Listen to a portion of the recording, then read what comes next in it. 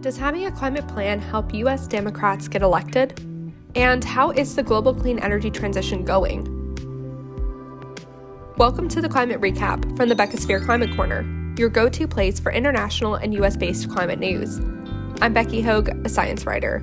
Today is Friday, June 24th. Let's jump right into the news you need to start your day. Let's start with some extreme weather events. Nigeria is in the eye of the hurricane that is climate change. Hundreds of Nigerian homes are vanishing into the sea as sea level rise swallows up parts of the south coast. On the northern side of Africa's most populous country, the Sahara is expanding due to desertification, swallowing up pasture lands.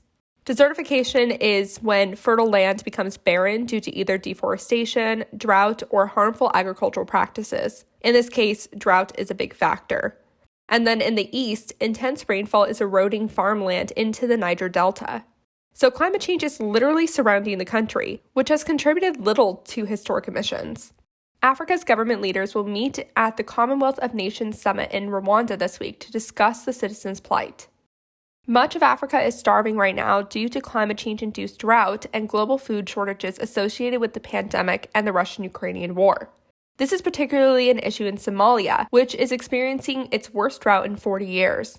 The Horn of Africa has suffered 4 consecutive failed rainy seasons, leading to 89 million people being acutely food insecure, according to the World Food Program. For context, that number has grown by 90% over the past year. The WFP is asking G7 countries for generous aid ahead of the G7 summit. Last year, G7 countries provided just $7 billion, or 6.6 billion euros, in aid to the area, and the UK slashed the overseas aid budget by $4.8 billion, or 4.6 billion euros. In April, the United Nations only received 3% of the 6 billion euros it asked for in April for Somalia, South Sudan, and Ethiopia. In Asia, South China provinces started raising level 1 alerts on Tuesday as local rivers overflowed into the streets, reaching record levels. Authorities are telling people who live by the water bodies to move to higher ground. Near the Beijing River, it's another once-in-a-100-year flood. 107,000 acres, or 43,300 hectares, of crops have been destroyed. Summer floods are pretty common in this region, but climate change is making these floods more frequent and intense. Several parts of China are also in a heat wave. Over in Europe, a wildfire is scorching parts of Turkey, fueled by heat and winds. The fire began Tuesday evening and was almost brought quickly under control until the winds picked up. The country is taking this fire extremely seriously, wary after last year's fire, which was the most intense in Turkish history. In another part of the Mediterranean, Spain's city Seville became the first in the world to start naming and classifying heat waves. The pilot project is a joint effort between the city and the Adrian Arched Rockefeller Foundation Resilience Center, which develops solutions for climate risks through partnerships with experts and policymakers. Many cities like Athens, Melbourne, and Los Angeles have contemplated this idea, but Seville is the first to put it into action. The project has 3 categories to slot heat waves in and will notify residents 5 days before a heat event. The heat waves will be named in reverse alphabetical order, with the first 5 names being Zoe, Iago, Xenia, Winslow, and Vega. Let's check out some climate studies. Cement carbon emissions have doubled over the last 20 years, according to Norway's Cicero Center for International Climate Research and the Global Carbon Project. Cement is one of the harder carbon-intense industries to decarbonize because it requires high heat, which is easier to make by burning fossil fuels. Cement carbon emissions currently represent more than 7% of global carbon emissions. The biggest cement emissions producer in the world is China. Its cement emissions have tripled since 1992, now growing at a rate of 2.6% a year. And it's not just that humans are using more cement. Cement is getting more carbon intense, growing by 9.3% from 2015 to 2020. And yet, this is mostly due to China, according to the International Energy Agency, or IEA. And over to finance, the Net Zero Asset Owner Alliance, which represents $10.6 trillion in assets, just laid out 5 principles to underpin a redesign of government policies around the globe to encourage movement away from carbon-intensive activities. It encourages world leaders to set up science-based carbon prices. A report by the High-Level Commission on Carbon Prices found carbon prices need to be in the $50 to $100 per ton range by 2030 to keep warming below 2 degrees Celsius above pre-industrial levels. It recommends the policies be designed in a way that doesn't make it harder on disadvantaged communities, including through retraining, lump sum transfers, and lower income taxes. Currently, less than 25% of global emissions are covered by a carbon price.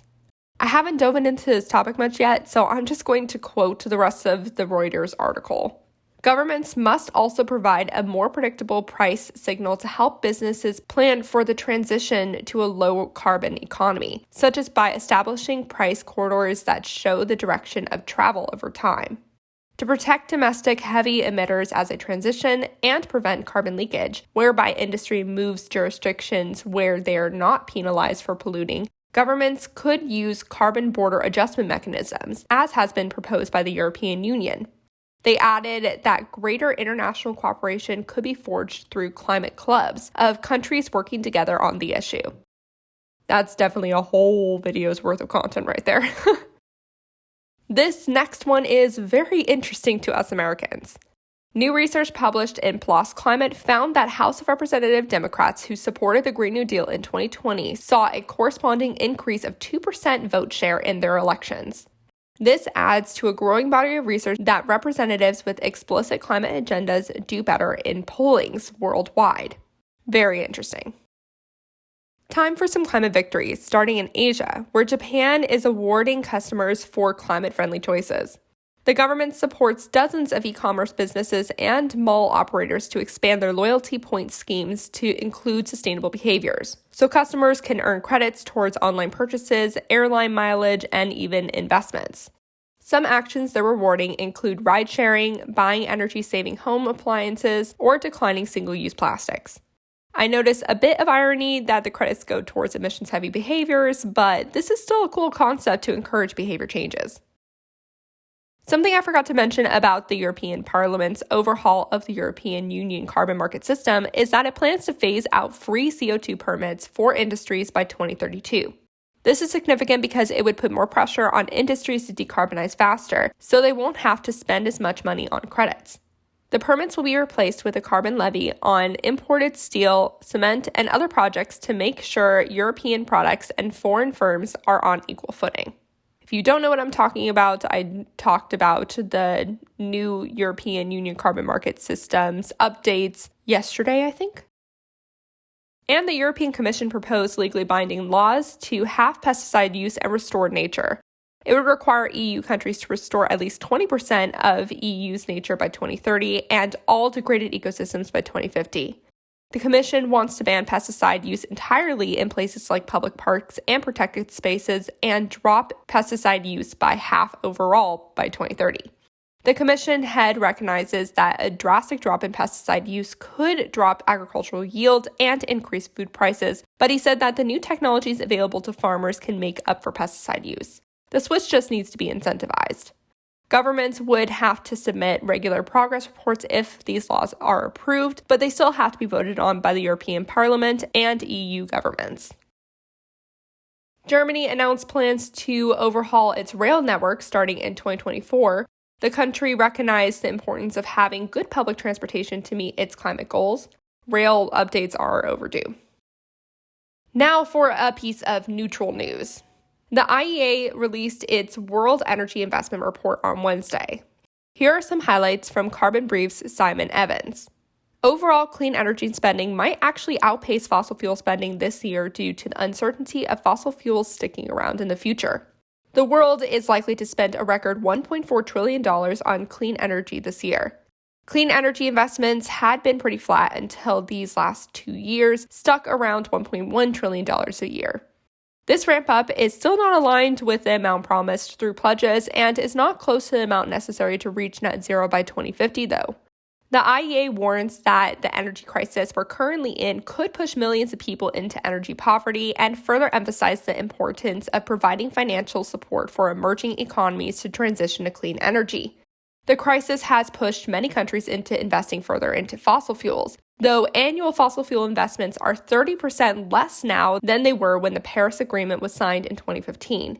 The EIA found that most upstream oil and gas investments are in existing fields, and most of the investment increase can be attributed to inflation.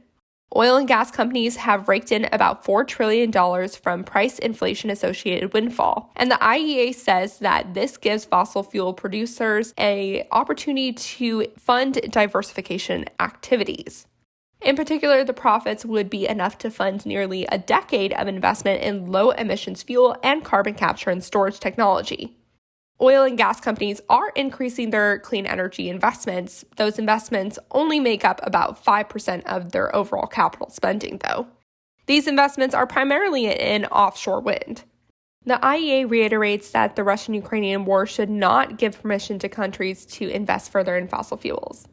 The inflating costs of critical minerals risks reversing the declining cost trend for renewable energy and battery storage, but the IEA found that it's also fueling more investments in new supplies, with exploratory spending up by 30% this year and a 50% increase for lithium-focused firms. All these being said, renewables are still cheaper than oil and gas, especially with the high gas prices. Battery storage investments have doubled since last year, and hydrogen investments have increased tenfold compared to 2020 levels. The IEA expects carbon capture investments to take off next year. Investments in EVs have doubled. Investments in increasing energy efficiency for buildings haven't really increased much this year, which is a big missed opportunity to decrease costs for consumers right now. Finally, the majority of all these trends are due to European countries. Europe remains the leader in transitioning to clean energy, which none of my listeners should really be surprised to hear. And that was your climate news for Friday, June 24th. If you like the work I do, please follow this podcast, give it a 5-star rating, leave a review, and consider checking out the Beckisphere Climate Corner YouTube channel. Remember to talk about the climate crisis every single day and to support your local news organizations. Bye for now.